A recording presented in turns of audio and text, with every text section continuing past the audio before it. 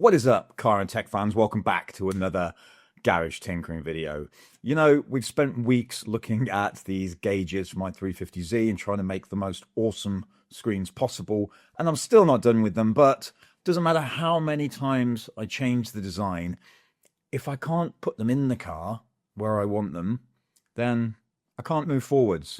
So in this video, we're going to look at how we make the prototype holder, just to, make sure we've got all the space and things correct for how we're going to mount it in the car. I would do the full final thing in one go, but I don't have a lot of time this week because I'm going to tell you a secret. I'm going away on holiday for a few days at the end of this week, and I'm going to ask my girlfriend to marry me. So I don't have a lot of time. By the time I record the end of this video, I should be back and I will know what she said, so cross your fingers and we'll find out by the end what's happened. Extra bonus bit of excitement in this video, I guess. So that aside, let's take a look at where they're going to go in the car and how I'm going to make the prototype for 3D printing and 3D modeling. So in the 350Z, at the top of the center console, we have the existing... Well, before I destroyed it all, it's called the triple meter, and it basically has these three displays in it, and they all come apart like this, and this is what we're killing and we're not using anymore, but this is going to be the basis of it. When we look at this, we'll see that there's like a clear fascia that angles downwards like this, and it's because where the triple pods go, there's a slight lip over the top here, and that combined with this will keep the reflections of the sunlight off the screen, which usually sits like flat at the back here. If I take a look there, you'll be able to see that through there. So that would sit flat back there. So we need to reproduce something similar to that.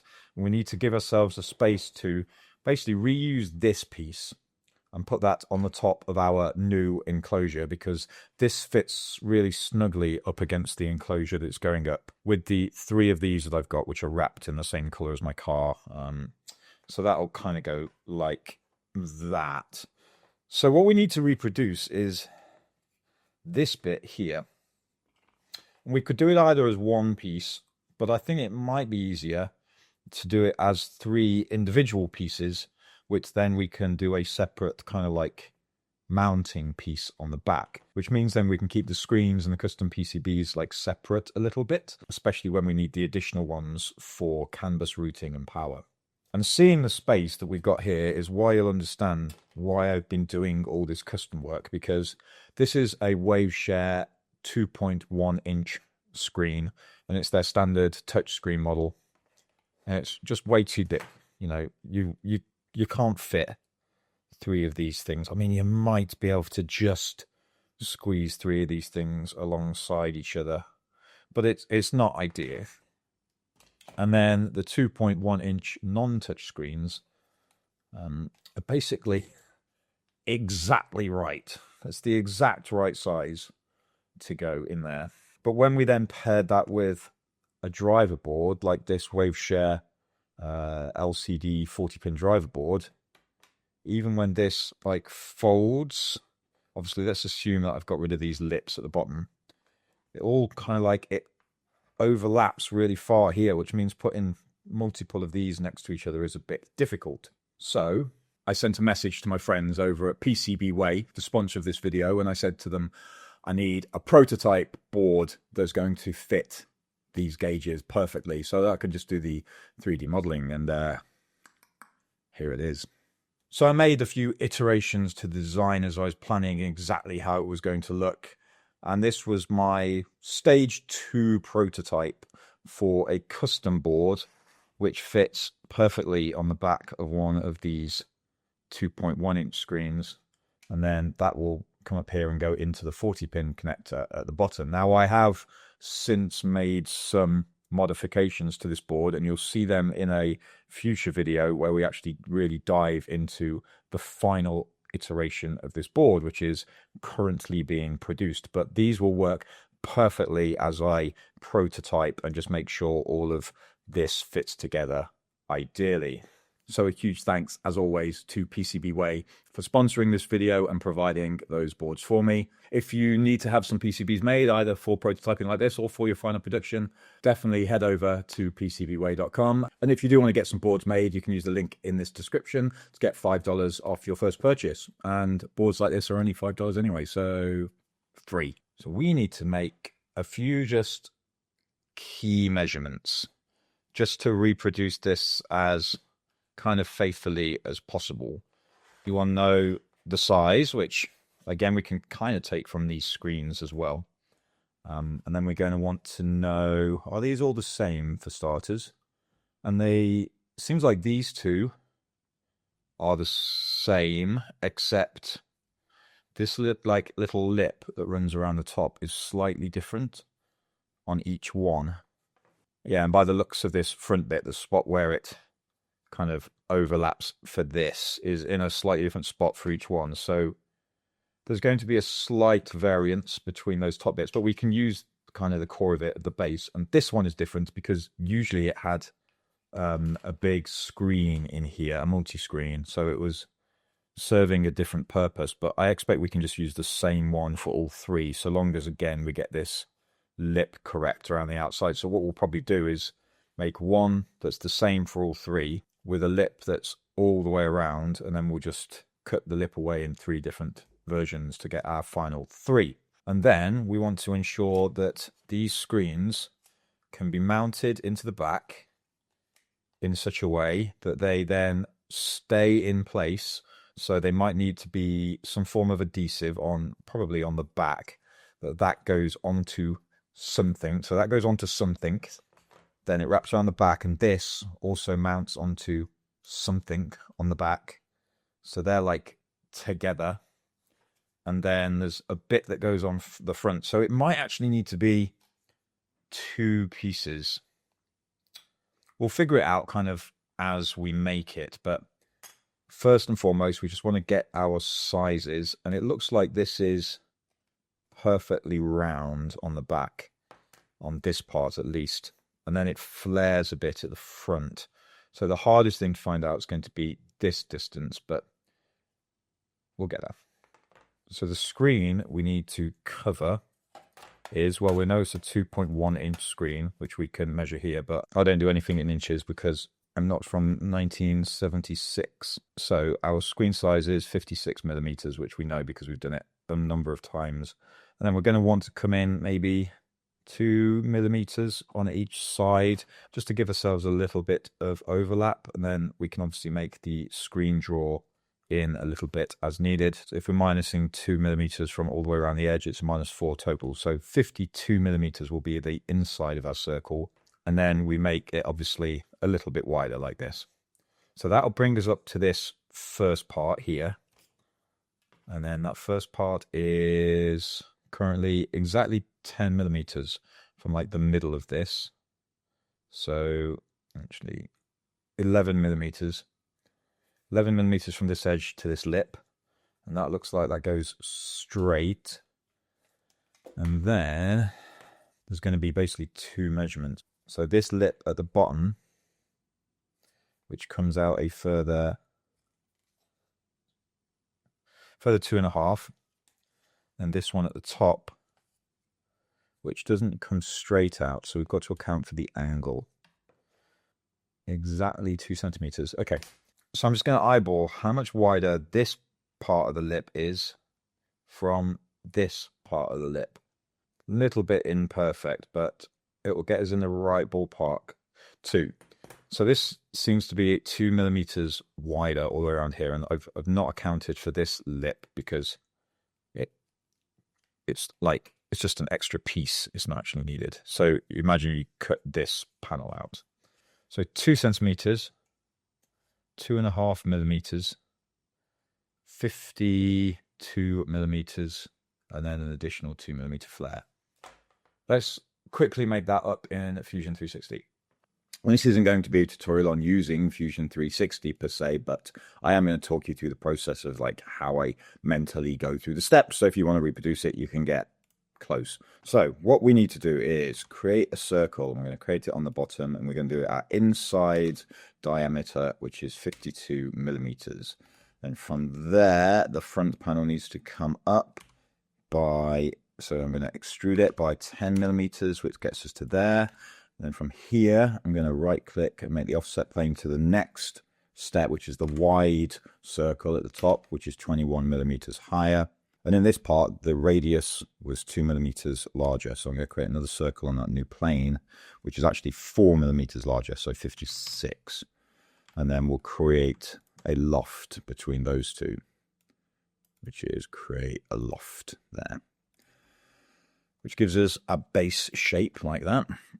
And then if I take the top and the bottom surfaces, delete those, it gives me a cone, and then I can thicken this whole thing by 2 millimeters, which will give me my very basic shape like that. So that's a good start for like this front, but we need it cut at the funky angle, and the best way to do that, I reckon, is going to be just to start a side profile. And if we start from here and we go out half of 52 millimeters, you can either use maths and know that that is 26 millimeters, or if you're using Fusion 360, you can do 52 divided by 2, and that'll get you at the same point here. So 26. And we do that on both sides, 26 and 26. And we said the inside edge here was 2.5 millimeters above this line. So 12.5, because we've already got the 10. And then on the other side, it was 21, so 31. And if we connect those together, get this line, which we then use a surface and extrude, not chaining, just the top line, extrude that, okay, and then split this body by that face, make sure it's extended. I'll remove that line. Remove the top section. Give us this, but we've got this funny little bit, so just delete that. There we go. Right, there's a very rough front section that should hopefully fit into the gap that we've got. The reason I do this quite so, quickly and inaccurately is because it's a prototyping stage, so I find it's easier to actually do things in small increments. And just know, something like this will take 90 minutes maximum to print out, so I can do like small iterations and then make sure that they fit in their space and go from there and move forwards. So let's just start by quickly printing this bit out and putting it on the screen and then seeing if it fits in the gap and all the first bits that we need to do, and then we'll figure out what we need to add on the end of that in order to progress it to the next bit where it all kind of connects together. With that fresh off the printer, just printed quickly in ABS. It's not perfect, but pretty good. We can see that it'll fit on there pretty bang on. In fact, if I align them, the outside edges are basically identical, and it's completely flush here, which is what you'd expect. They're both 56 millimeters, but when we look inside, we can see it's cropping a little bit of the screen. It's kind of expected because at the moment the image on the screen goes all the way to the outside edges, whereas we brought the inside edge here in a little bit. So that's not a big deal. We just have to make the screen a little bit smaller. This on here, on this bit, again fits basically perfectly. Those top edges align really nicely, and it seems to be the same on all three. Good, center one's a good one to base it on. I need to add this top lip. On the original one, it's just a hangover like that, but that might be tricky to print because it'll have overhangs, and so it just has to be wider at the points where it's going to have the overlaps, because otherwise, if you make it wider all the way around, these bits here will intersect. So we can just make a quick change to that, which is this old big thing. This is where they're going to go. If I turn this over, just pop that in the middle, and put that in place. Yeah, so there's plenty of space around the top. There's a good amount. It's difficult to see on this video, but there's a good amount of space around the top there. So if I bring this down, from here. It's not going to rub on this panel bit here. So I seem to have plenty of space. So there are a number of ways I could add this lip. I think what I'm just going to do though is start by drawing on here, do an offset of the outside by 1.5 millimeters. Yeah, and then extrude that upwards by 1. It really doesn't need to be very big. It's just a tiny little lip just to hold everything in place. And then actually do 2 sides and then bring the back one down a little bit. Just so that these can join. Non-overlap issues here, so delete that, which should bring it all together. We need to cut away the bits that aren't going to be used in this particular one. So if we look at this face, and I've got to do it relative to this, and it's basically bang in the middle. So just a couple of more eyeball measurements.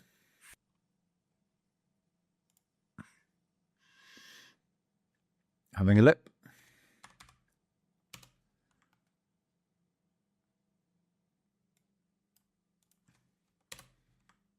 There we go. So that's the lip removed at those 2 spots.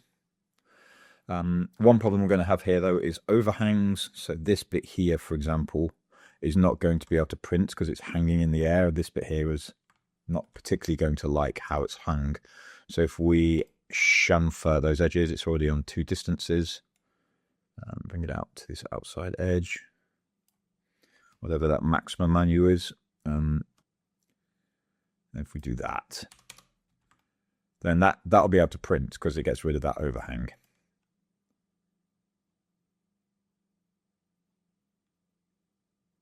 Okay. So now this will be able to print, especially if again we fill it that bit. Ooh, fill it. Done a weird bit there. Let's see if we can just get rid of that.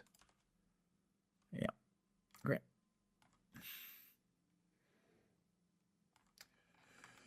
So that should all print good with the lip on it. So this is iteration 2. Let's get this one printing. And while this is printing, we'll figure out the lower part, which fits on the back that holds the PCB. For the next step, doing the bit that the PCB and the screen will actually attach to, one big advantage we have is that we created the PCB in KiCad. So I can open that step file. Okay, so here's what my board roughly looks like. So if I take all of them, copy that, paste new. There we go. In comes the board in its proper size. Just need to spend a minute like positioning it. Okay. So this is roughly what the placement of the PCB will be like, but it'll be more like here. So the PCB will be on the back. The big thing that's important is this, which is where the inputs come into it. And we could probably just make the screen just to make our lives a bit easier. So I know the screen is going to live straight on the back of this thing. There you go. There's my screen as the screen is, and you can see how it lines up with the PCB.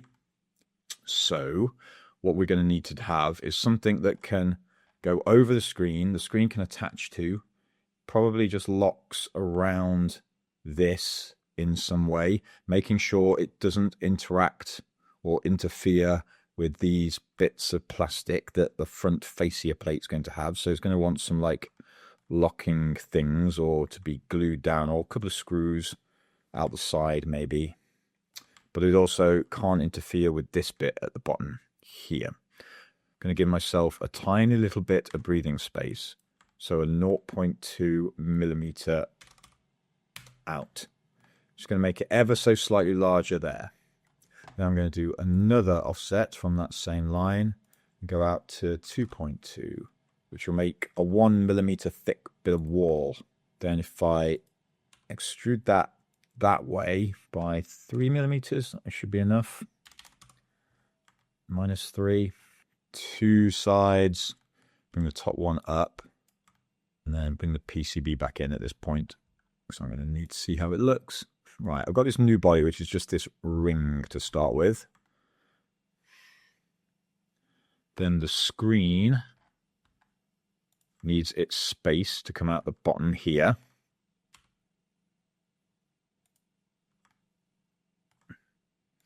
only cut that ring, not the screen. That gives my screen my escape route. Then I need a way of this mounting on the back. Another circle.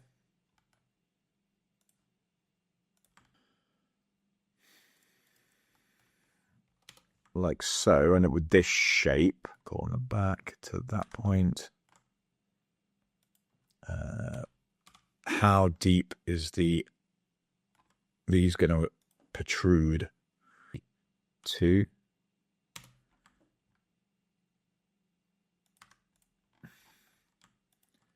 Extrude those 2 bits and pull them down,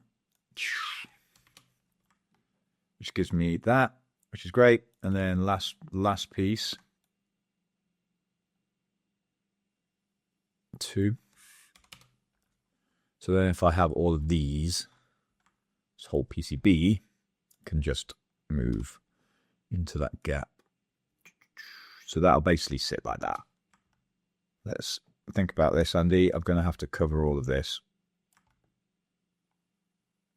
because it's going to need a back as well, and it's going to need to be protected from everything. So if we just move it just to see what it looks like, it'll just look like that. It's just basically a ring. The PCB will go on one side, screen will go on the other side, and just have a small layer of some kind of non-permanent adhesive around that edge. And then there'll be a plate of some description that gets put on the top, which will like seal it all together. Probably just end up making this slightly wider. I just want to see what I have space-wise before I make it any thicker. And then if I can make it a little bit thicker, I can add screw mounting holes in here. So I need to let this bit print, and then I'm going away. And I'm going to go away for special reasons. So wish me luck, both with this and with that. And we'll come back to this in a couple of days when I'm back. We can just see what final changes and iterations I need to make in order to make this exactly how I want it. See you in a sec.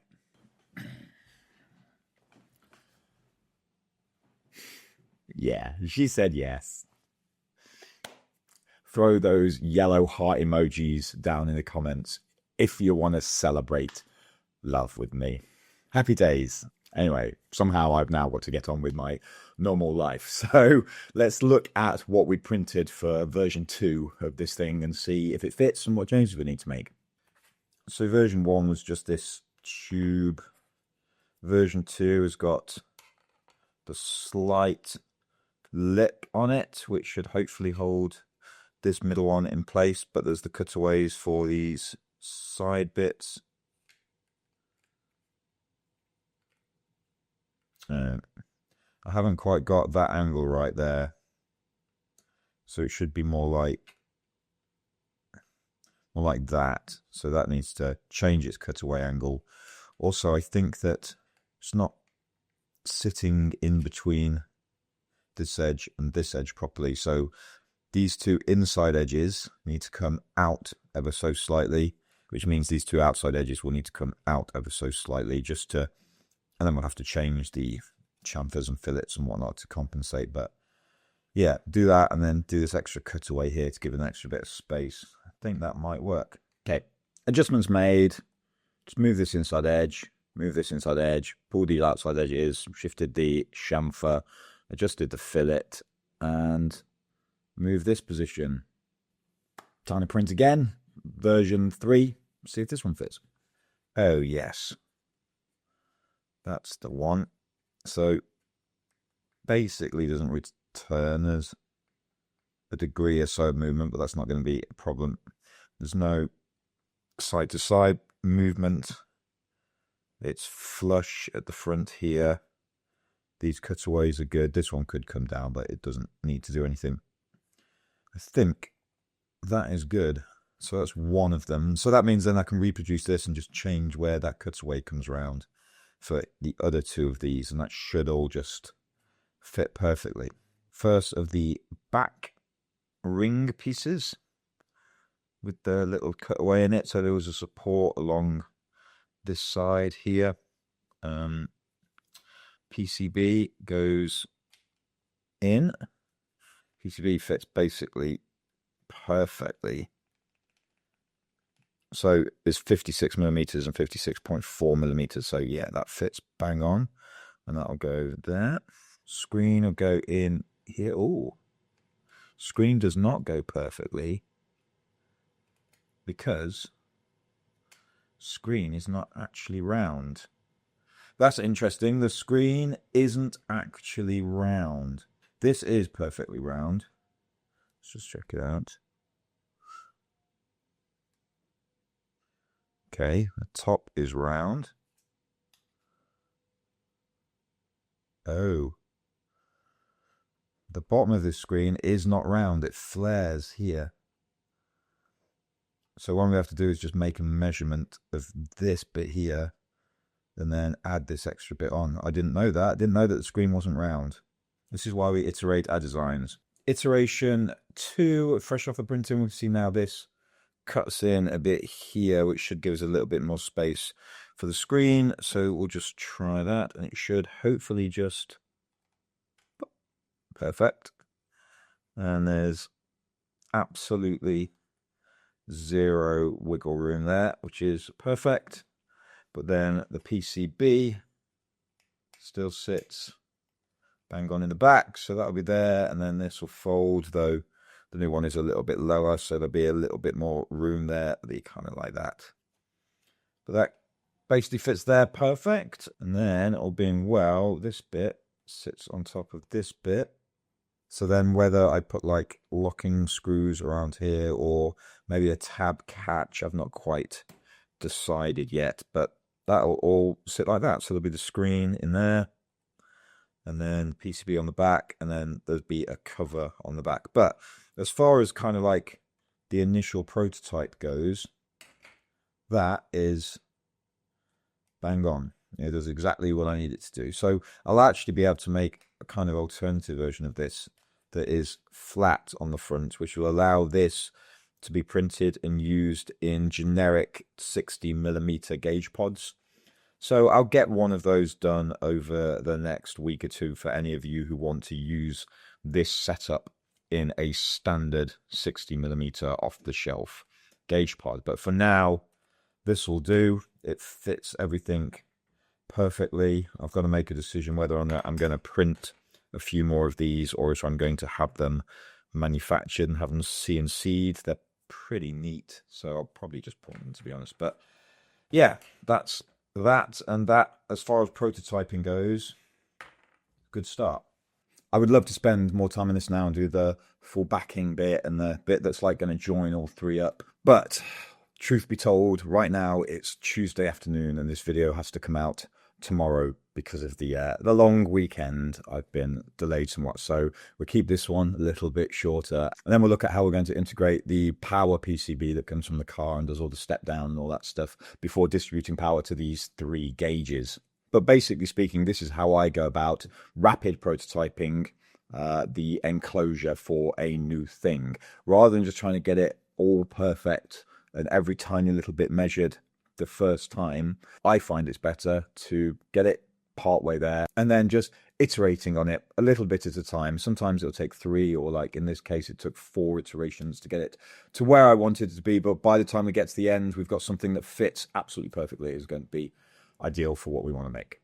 As always, if you've got any questions about this process, or you would like me to do a deep dive into Fusion 360 and using it for this kind of process and actually going through, you know, what shortcuts and commands and what all the different construction and sketch methods mean and do, let me know. Put it in the comments, and maybe we'll create a video about that in the future.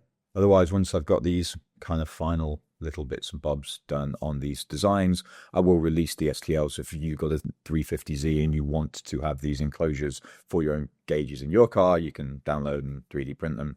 And the generic 60mm pods will follow soon. I need to do a bit more work on that as and when I've got the time. They're a lower priority right now. I've got a whole load of stuff to do, including rewrapping my entire car because someone decided to drive into me on the motorway a couple of days ago and scraped the entire right side of my car and has ruined all the wrap. So I've got to rewrap the entire car. So my time is minimal over the next month as I do that. Anyway, whatever you do with the rest of your day, folks, have a wicked one. I'll see you in the next video, Wednesday, 2 p.m. GMT. Take it easy, peeps. Bye-bye.